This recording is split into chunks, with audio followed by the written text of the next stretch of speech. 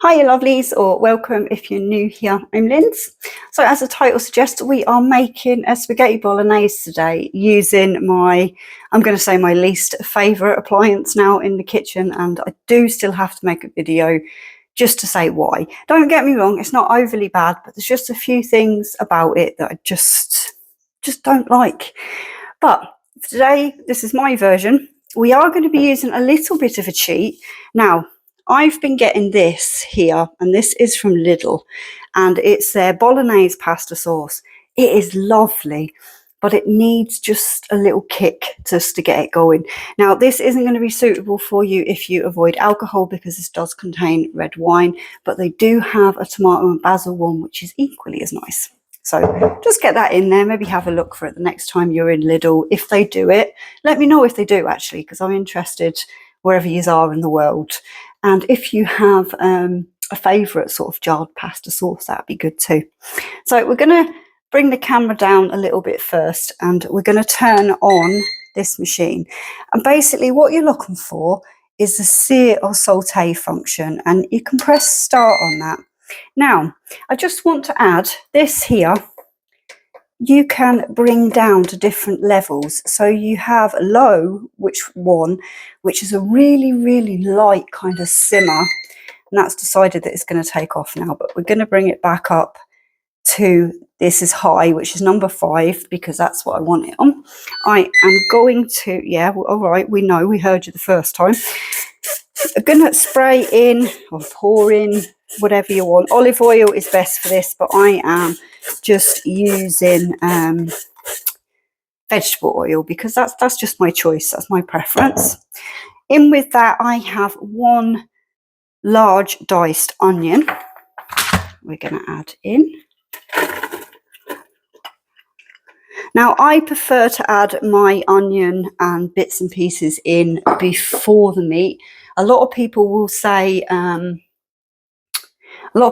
put the meat in first so the fat comes out, and then, but to me it doesn't really matter, I suppose, but I prefer to have my onions kind of cooked through first, and that onion flavour more so then goes into the meat. But whichever way you prefer. If you're in a professional kitchen, it's probably meat first, but we're just at home. So that is going to just come to temperature. Then in this bowl here, actually, I want to talk to you about these. A lot of you that have the Ninja 300 Joule, these containers here I've recently picked up. I've been using them in my 400. They're a little bit smaller than the 1 litre IKEA ones, but they fit perfectly, so I'm told, in the Ninja 300. So I'm going to link, hopefully I remember, but if so, if you just press down somewhere there, description, and then all the links will be there for that. I'm just going to pop these carrots straight in with them onions and pick up the bits that fly across the kitchen. But as you can see, that's them there, and they do come with a lid. I will do another video as well on all my sort of like accessories and stuff, because it has been requested. So we're just going to let them onions and carrot just kind of soften off a little bit. It doesn't need to be too much. It's just so it takes the rawness out of the onion more so, because otherwise it can leave like a bittery sort of taste in the final meal if you don't cook them off a little bit first. I am going to be using, this is 5% fat. It was on offer, I do believe, and it's 800 grams of what's classed as lean minced beef. Normally I would do a half and half of some pork mince and some beef mince, but either or any, it just really works. You can either do it with chicken or turkey. Yeah, it's just, yeah, whatever you like to do.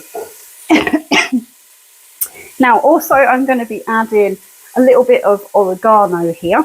So we're just going to pop this in a little bit. She says I'm using 1 tablespoon.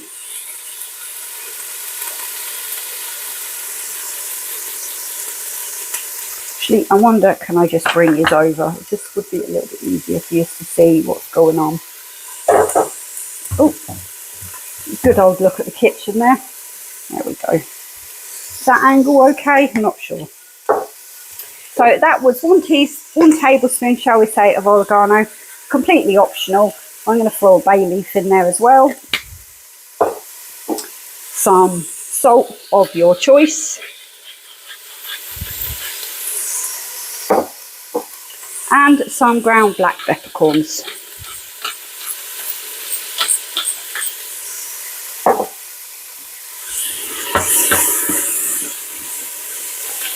And adding them spices in at this stage will just sort of give them more of an aromatic type thing. It just brings the flavour out a little bit more, I think.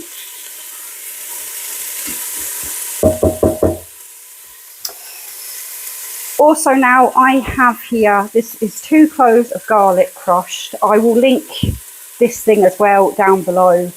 I've gone through that many garlic crushers over the years, and this here I reckon is probably a lifetime thing, providing you dry it.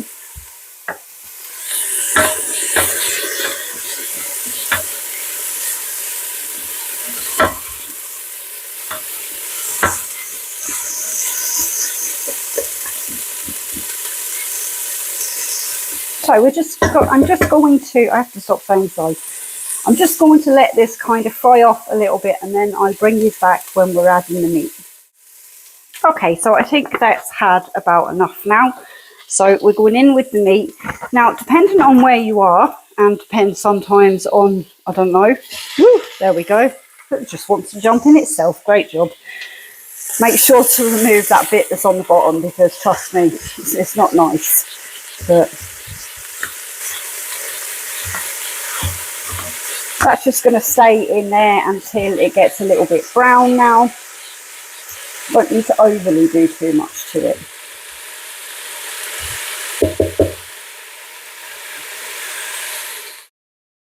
This has had, I would say, maybe 3 or 4 minutes now, and I've just been making sure that I'm breaking up some of them bits as we go. There's still a few pinky bits in there, but we're not going to worry about that. So in this jug here, I have 250 mils of beef stock. So it's just a really cheap stock cube, and we're going to pour that in. Let's give it a quick stir. Then I am also adding around about 2 tablespoons of tomato puree. I'm going to eyeball this, lovely, so it's just I'm that used to kind of cooking with these kind of things now. I have a rough idea of, you know, the amount it is, and I'm sure you will too. So we're just going to stir that in a bit. Now, the jarred sauce isn't going in until after we've finished this next step we're about to do. Don't worry, I'm going to bring you through it all. And as I said, this is just my way of doing it. There is a bit of faffing around with adding a few more ingredients and things like that, but it all counts to taste in the end. So let's bring this back a bit so hopefully we can see the display. Now, I'm going to turn that off, pop the lid down, make sure the vent is over to ceiling, and we're going to turn it back on. Move this to this side because this is going to be your pressure cook side. We're going to have it on high, and I am popping that on for 15 minutes. So we'll start that. This is going to preheat now. It can take anywhere. It can take anywhere from sort of maybe 5 to 10 minutes. It does help a lot if whatever you're pressure cooking has been brought to the boil before you hit the pressure cook. So that's going to come up to temperature and all. It's going to do its 15 minutes, and then we're going to leave it for 10 minutes and then release the pressure. Okay, so it's on high for 15, leave it alone for 10, and then release the pressure. And I'll come back and show you how to finish it up then. This has finished its 15 minutes of pressure cooking. Then I let it go for just over 10 minutes, and I released this already, so I didn't have to put you through all that on camera. We're going to slide this over to the middle and pull that up. I'm going to have a look. So there's not as much liquid in there as you would expect, and this is one of the things with with this machine, it tends to let a lot out into the reservoir. Yes, you know what I mean, the little collection bowl here. So do make sure every time you're using it, you're emptying that. So that's that. Now I'm going to take my 2 jars of pasta sauce.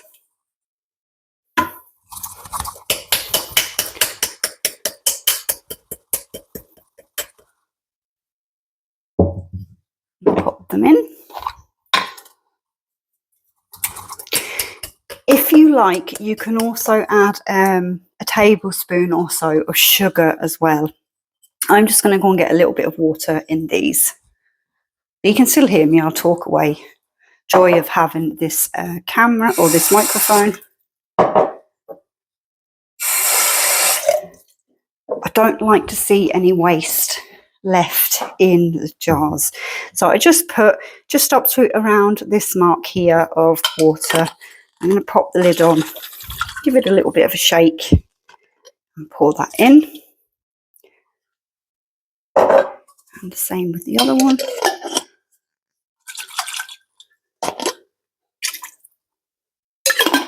Just make sure you're not wasting any of that, because it's not the cheapest pasta sauce you get.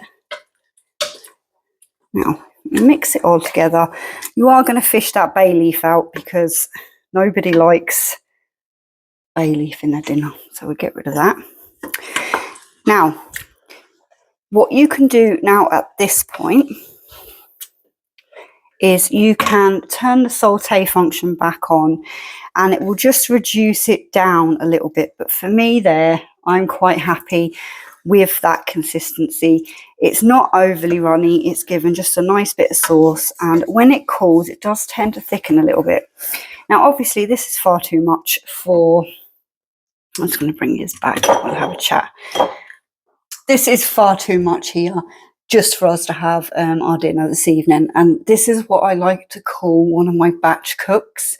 So I will get Ziploc bags, or if you have like a vacuum seal machine, and I will portion it up into 2 portions per bag, pop it into the freezer, and then when you do want it out, you can take it out the night before and leave it into the fridge to defrost.